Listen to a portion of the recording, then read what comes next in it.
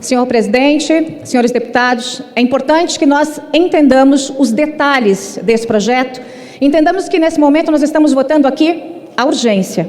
O texto será construído, como disse o deputado Eduardo Cury, ouvindo todos os parlamentares. O próprio deputado apresentou aqui uma preocupação, mas o texto pode ferir a autonomia de prefeitos e governadores de maneira alguma. Este texto basicamente atende o que diz a Constituição. E a Constituição Federal diz que a educação é direito fundamental. A educação é direito fundamental. Nós não podemos trabalhar para ferir um direito fundamental previsto na Constituição brasileira, de 1988. Se querem dados, como eu disse há pouco, eu vou trazer alguns dados. Folha de São Paulo, cerca de 4 milhões abandonam estudos durante a pandemia, diz pesquisa. Outra, Folha de São Paulo, reabertura de escolas não afetou o ritmo da pandemia em cidades paulistas, diz estudo. Unicef, fechamento de escolas na pandemia fez Brasil regredir 2 décadas. E mais, o BID mostra que a recuperação econômica e a recuperação da parte de desenvolvimento dessas crianças será uma recuperação que levará mais de 1 década. Nós estamos condenando essas crianças e não ajudando essas crianças. Há um abismo gigantesco entre a educação pública e privada, que se nós, de alguma forma, não regularmos essa situação, nós estaremos aumentando. Será que, de fato, todo mundo está correto e só o Brasil e o Sudão é que estão errados? Será que o mundo inteiro está incorreto e o Brasil e o Sudão é que estão certos? Então vamos parar para pensar um pouquinho.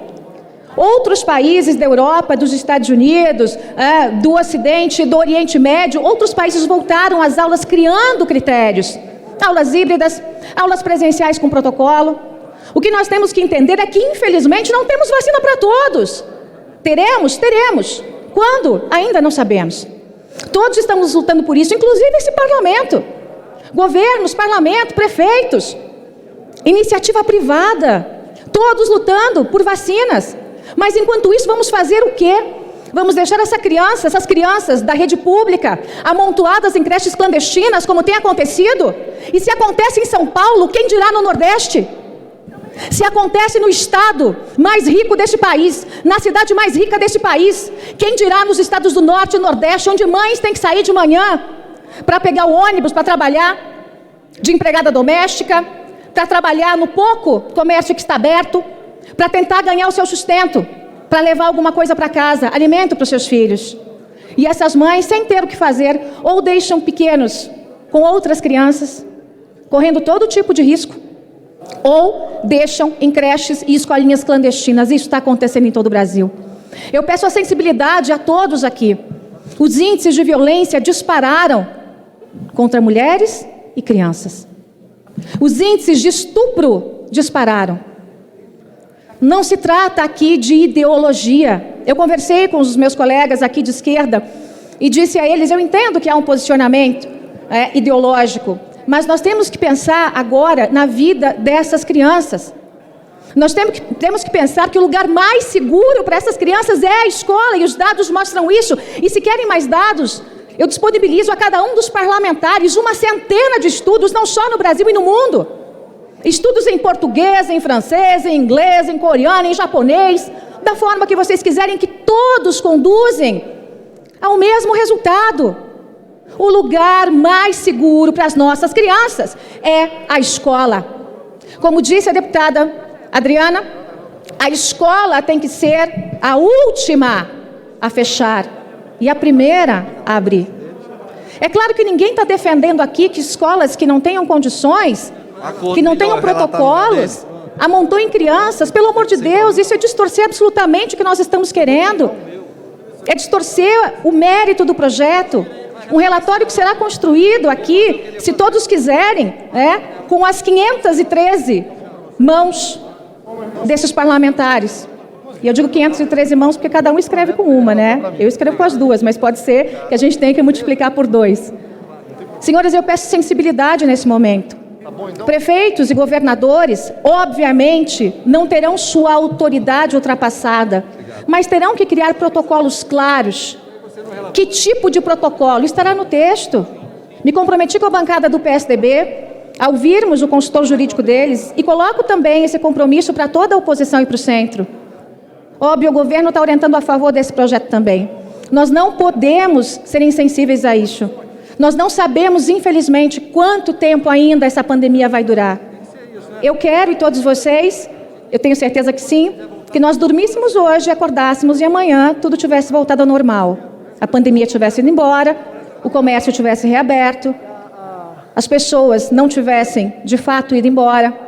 E aqui eu não estou discutindo irresponsabilidade de ninguém, mas eu estou discutindo a responsabilidade desse parlamento.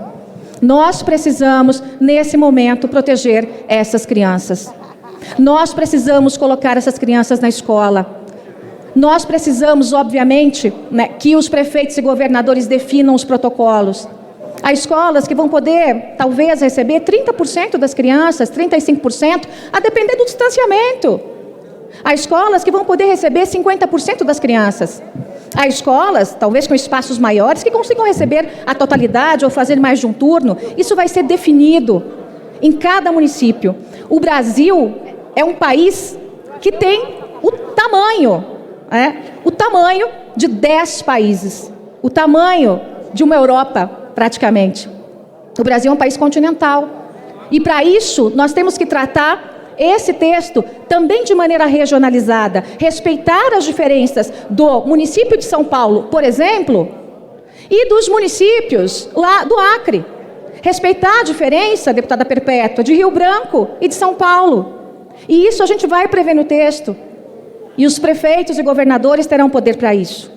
Mas eu peço aos senhores toda a sensibilidade. Eu peço aos senhores para que nós não fiquemos de braços cruzados. Ah, Joyce, não é a situação ideal. E qual é a situação ideal que nós vivemos? Nós não temos situação ideal. A situação ideal era a pandemia não acontecer. O movimento Escolas Abertas, que é um movimento que está em 21 estados brasileiros, tem médicos pediatras, educadores, mães, todos numa luta desesperada para que seus filhos tenham direito à educação. A educação. O prejuízo que nós podemos causar a essas crianças não aprovando essa urgência e esse texto é um prejuízo que não será sanado em menos de 2 ou 3 décadas. A minha digital não estará nisso. Não é hora de sindicalizar a questão, não é hora de burocratizar a questão, é hora de nós realmente pensarmos nesses pequenos que precisam de nós. Criança precisa socializar com criança. Criança precisa brincar com criança. Em relação aos dados, quando a gente vai no dado frio, eu nem gosto dos dados frios porque muitas vezes parece insensibilidade. Mas quando a gente pega a taxa de transmissão de Covid, de adulto para adulto, por exemplo, isso pode chegar a quase 80%. Quando a gente trata de criança para criança, os estudos mostram que no máximo 3%. Que as crianças são mais resistentes. Então, se houver os protocolos, e eles têm que haver, a máscara veio para ficar, o álcool em gel veio para ficar, e o distanciamento veio para ficar com ou sem vacina, e nós sabemos disso, os especialistas já dizem. Esses protocolos vão proteger as nossas crianças, a saúde delas, e nós vamos proteger a saúde mental das nossas crianças, o desenvolvimento intelectual das nossas crianças, o futuro das nossas crianças, que nós podemos condenar hoje, se não fizermos absolutamente nada. Então eu peço a todos sensibilidade para esse projeto e disponibilizo todos os dados e chamo também a todos os líderes que quiserem debater com aqueles que estão no movimento Escolas Abertas, em outros movimentos, para que nós possamos definitivamente aprovar, no máximo amanhã. Eu apresento o relatório amanhã a todos, até hoje, se os senhores quiserem, para que nós realmente possamos organizar a volta de maneira segura das nossas crianças às escolas. Educação é, sim, um serviço essencial. Aliás, não há serviço mais essencial que a educação. Não vamos condenar nossas crianças por falta de educação, por mais falta de educação nesse país. Muito obrigada, presidente.